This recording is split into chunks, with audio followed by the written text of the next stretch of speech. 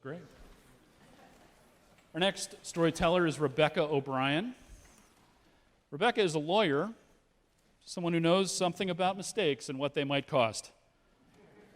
But her story is about growing up too. Please welcome to the stage, Rebecca O'Brien.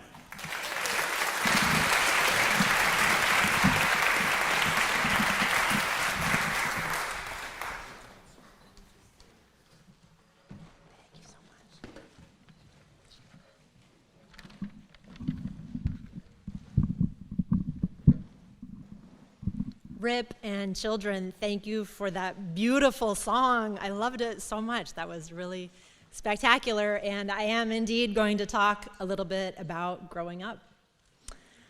I grew up in a tiny little town called Ames, Oklahoma.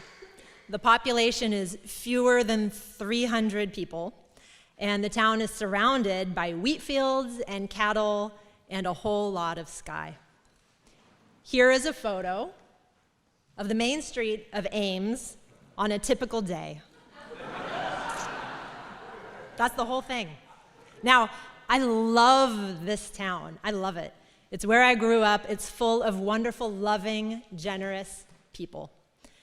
And growing up there, I had a vision of who I wanted to be. I wanted to be an attorney. Now, there were no attorneys in my town, and there were no attorneys in my family. I didn't know any attorneys. But I had read books, and I had seen movies, and attorneys looked pretty good to me. My childhood vision of what an attorney was someone who was well-dressed and had special knowledge and did important things and got to be pretty darn fancy. So after high school, I set out to become a big, fancy attorney. I went to Harvard, where I met my husband, John. Graduated from Harvard and went to law school at Berkeley. Graduated from Berkeley, and then, since John and I wanted to live in Boston, I went to work for the biggest, fanciest law firm in Boston, Ropes and Gray. Now I was well-dressed. I had special knowledge, and I was pretty darn fancy. I worked in this building, the one with the cone on top. Pretty nice. And I did important things. Among others, I worked on multiple billion-dollar mergers, and I helped to negotiate millions of dollars of credit default swaps with the biggest investment banks in the world. I had realized my childhood dream. I was there. And this all went along pretty well for quite a few years until the Great Recession.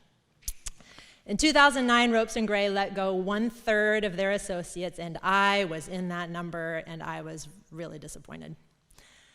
But I soon received an offer to join a well-respected company's in-house legal department.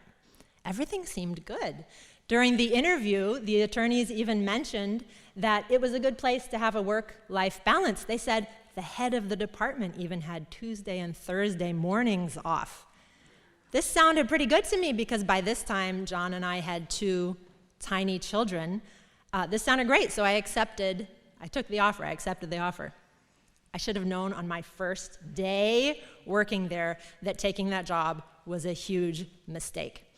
Some of the other attorneys in the department took me out to lunch. It was fine, it was pleasant. We came back to our offices. Half an hour later, one of them knocked on my office door, and she said, "Oh, I'm glad you're still here. The last new hire didn't come back after lunch." True story. That new hire, whoever that person was, saw faster than I did the difficulties of working in that department. I won't go into all the details here. I will just tell you, it was extremely negative, and there was endless infighting and attorneys actually trying to undermine each other's efforts. The work was very uninteresting, and that work-life balance was non-existent.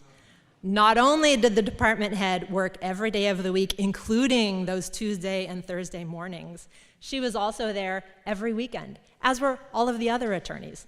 I left after a few months. And going there was a pretty big mistake. It was so big, in fact, that for a while it stopped the dream I had held for so long. I was so disheartened, and the economy was a wreck. So I stopped practicing altogether for a while. The big mistake of taking that job, however, led me to staying home full-time with our children for a while. My life went from fast-paced, high-profile legal work to days of chaos and endless messes. Like this one. This is my children on a typical day back then. This was an everyday mess. And then there were also some extraordinary messes, like the time Tess came to me. She was 3 years old, very tiny. I was folding laundry upstairs, and she came up and said in her little voice, "Mom, you're gonna hate this." And I said, "Oh, what's that?" And show me. And she led me downstairs to the kitchen where water was gushing through the ceiling all over the hardwood floor because Tess, in her 3-year-old wisdom, had gone to the bathroom above the kitchen and had plugged up the sink in every possible place and then had turned the water on full blast and then had gone off to play, as 3-year-olds do. So I was dealing with the run-of-the-mill everyday messes, also the extraordinary messes. I was also negotiating sibling disputes on a regular basis and doing all my errands with 2 small children. And let me tell you, all of that truly expanded my patience and taught me a new kind of work, emotional work. When my children started school, I went back to work as an attorney.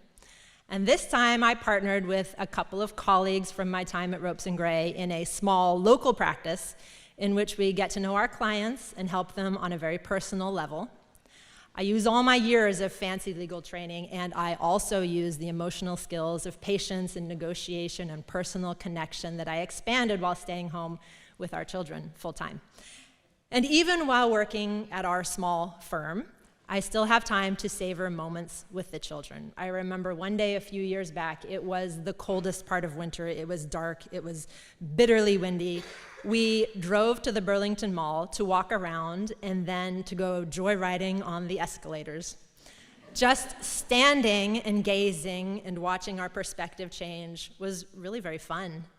My son, George, noticed that while we were standing and gazing, other people were walking up and down as the escalators moved. On our 4th or 5th or 6th round trip, he said, "Some people don't take the time to enjoy this. They just climb while it's going." My best mistake of taking that horrible job led me to stop climbing on the escalator of life and to stand and gaze and enjoy everything around me. I am truly no longer that high-powered attorney that I thought I wanted to be, but I'm using more parts of my mind and connecting with people in more ways than I ever dreamed of, and for that I'm grateful. Thank you.